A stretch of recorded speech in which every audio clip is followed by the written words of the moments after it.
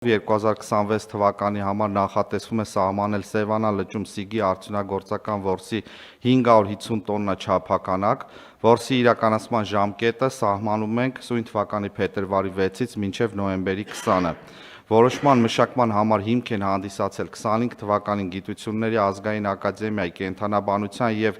հիդրոէկոլոգիայի գիտական կենտրոնի կողմից իրականացված Սևանա լճում ձկան պաշարների հաշվառման տվյալները, համաձայն որի 25 թվականի տարեվերջին լճում Սիգի ընդհանուր պաշարը կազմել է 3591.8 տոննա,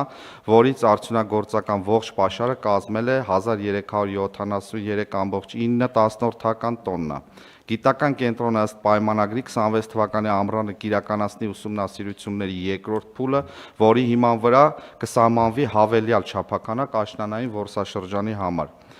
Ավելացնեմ նաև, որ համաձայն հարկային օրենսգրքի փոփոխությունների 26 թվականին Սիգ ձկնատեսակի համար բնօգտագործման վճարը 1 կիլոգրամի դիմաց սահմանվել է 200 դրամ, նախկին 65 դրամի փոխարեն։ Բնօգտագործման վճարները կվճարվեն ոչ թե փաստացի օգտագործված ծավալի, այլ տրամադրված չափականակի համար։ Ներկայացնեմ նաև որոշ տվյալներ նախորդ տարիների վիճակագրության վերաբերյալ։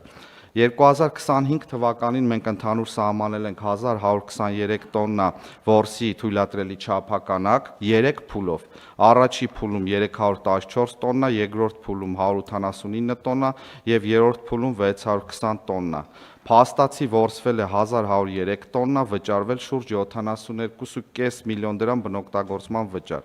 24 թվականին ընդհանուր չափականակը կազմել է 679 տոննա, երկու փուլով 257 և 422, փաստացի որսվել է 652.5 տոննա, վճարվել 44.1 միլիոն դրամ բնօգտագործման վճար։ 23 թվականին սահմանվել է ընդհանուր 600 տոննա չափականակ կրկին երկու փուլով, յուրաքանչյուր փուլում 300 տոննա, փաստացի որսվել է 366.1 տոննա, վճարվել 25.4 միլիոն դրամ բնօգտագործման վճար։ Հարգելի գործընկերներ, ինչպես տեսնում ենք, այս տարիների ընթացքում աճ է նկատվել և որսի